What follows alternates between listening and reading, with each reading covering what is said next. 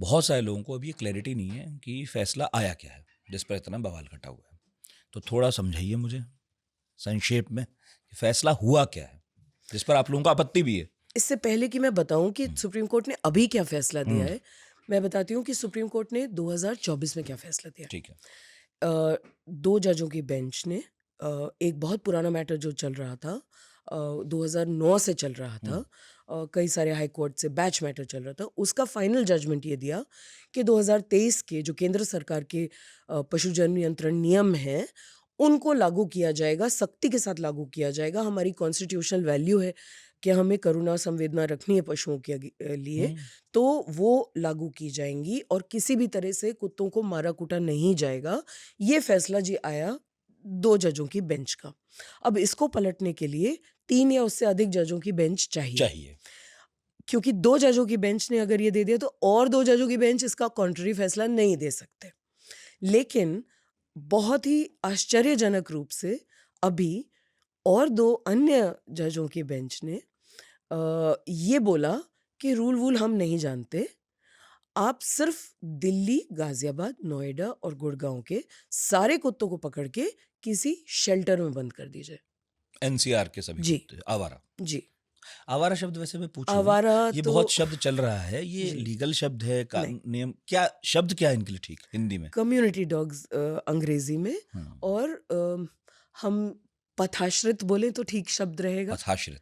हाँ, पथाश्रित। वही मुझे लगा ये तो बड़ा खराब सा शब्द है। जी, और पशु प्रेमी भी बोल रहे हैं आवारा। तो क्योंकि आवारा क्या ये होता है ये? चूँकि मैं यूपी गवर्नमेंट के साथ भी काम करती हूँ इसी सब्जेक्ट पे, हाँ तो वहाँ ये डिबेट हुई थी हाँ कि हम इनको निराश्रित बोलें। तो निराश्रित पे भी बहुत आपत्ति हाँ जताई कुछ लोगों में कि निराश्रित ये पैदा ही सड़क पे हुए, सड़क ही इनका घर है, हाँ, तो ये निराश्रित तो नहीं है, बिल्कुल ये पथाश्रित हो सकते हैं। पथाश्रित। ठीक। सो पथाश्रित श्वानवंशी पशुओं के हाँ। लिए अगर हम देखें तो 10 लाख से अधिक हैं दिल्ली एनसीआर में। अगर कोई भी 2 व्यक्ति अपने एसी के कमरे में बैठकर बोल दें कि इनको कहीं बंद कर दिया जाए, तो ये एक ऐसा फैसला तो है ही नहीं किसी भी सोच के दायरे में कि इसको इम्प्लीमेंट किया जा सकता है, क्योंकि शेल्टर तो दिल्ली में है ही नहीं। बता ही दिया आपने। सड़क के पशुओं के लिए अगर कोई लाइफ टाइम केयर जगह जो उनको आजीवन रखा जाए है, तो वो सिर्फ नॉन गवर्नमेंट ऑर्गेनाइजेशन चलाते हैं। वहाँ पे वो किसी को चोट लग गई हो, बीमार हो, तो ऐसे पशुओं को रखते हैं और वो ऑलरेडी ओवरबर्डनड है, ओवर क्राउडेड है, उनके पास स्वयं के संसाधनों से चलाने के लिए उससे ज़्यादा नहीं है। एमसीडी के करीब 10 श्वानवंशी पशु के जन नियंत्रण केंद्र हैं, 20 में से 10 ही एमसीडी के खुद के हैं। अच्छा 4 जो है वो पशु कल्याण संस्थाओं के ओन्ड हैं और 6 जीएनसीटीडी के एनिमल हस्बेंड्री डिपार्टमेंट के ओन्ड हैं। कुल मिलाकर 10 सरकारी है ये। ठीक है।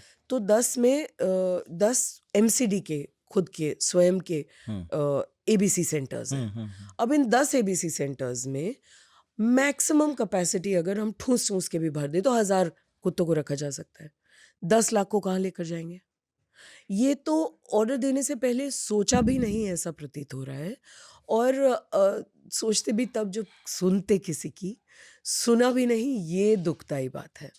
क्योंकि हम एक डेमोक्रेसी में रहते हैं, सबको सुनना उचित होता है और सबका सुनने का संवैधानिक अधिकार भी है।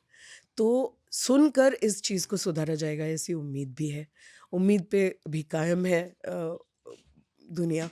लेकिन ये ऑर्डर के हिसाब से 10 लाख पथाश्रित कुत्तों को कहीं बंद कर दिया जाए, ये तो नहीं हो सकता। इसकी आड़ में जो कॉरपोरेशंस हैं वो इनके कत्ल ज़रूर शुरू करेंगी।